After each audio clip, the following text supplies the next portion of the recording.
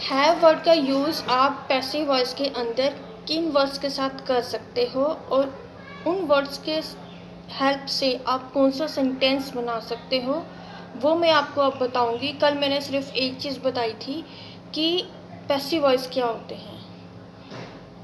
Voice आपकी object और subject के बेसिस पर बनते हैं। ये 2 टाइप्स के होते हैं, एक्टिव और पैसिव, जिनमें से मैंने पैसिव वॉइस डिस्कस कर लिया था और बिगिनिंग मैंने कर ली थी। अब आती है आपकी हैव वर्ड का यूज़ आप किन वर्ड्स के साथ कर सकते हो, उसके बेसिस पर आप पैसिव वॉइस के अंदर सेंटेंस फॉर्मेशन क्या कर सकते हो।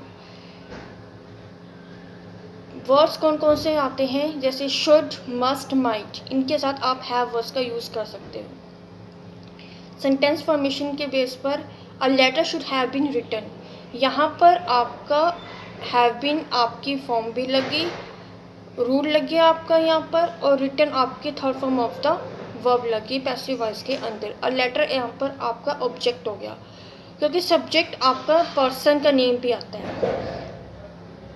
लेकिन पैसिव वॉइस के अंदर ये ज़रूरी नहीं होता कि आप सब्जेक्ट को देना ज़रूरी होता है। कई बार ऐसी चीज़ें होती हैं, ऐसे सेंटेंसेस फॉर्मेशन होती हैं जहाँ पर आपको सब्जेक्ट का यूज़ करना ज़रूरी नहीं होता।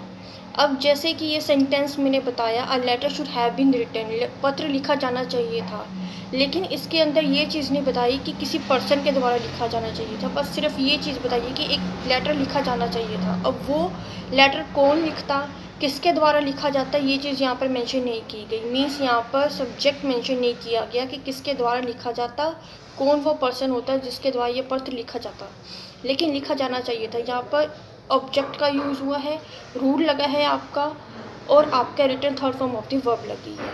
ऐसे ही कुछ शब्द ऐसे होते हैं पैसिव वॉइस के अंदर जिसमें थर्ड फॉर्मेशन के वर्ब के बिना पैसिव वॉइस नहीं बन सकता आपका। और पैसिव वॉइस अपने आप में एक अलग ही रचना है इसकी, पैसिव वॉइस की।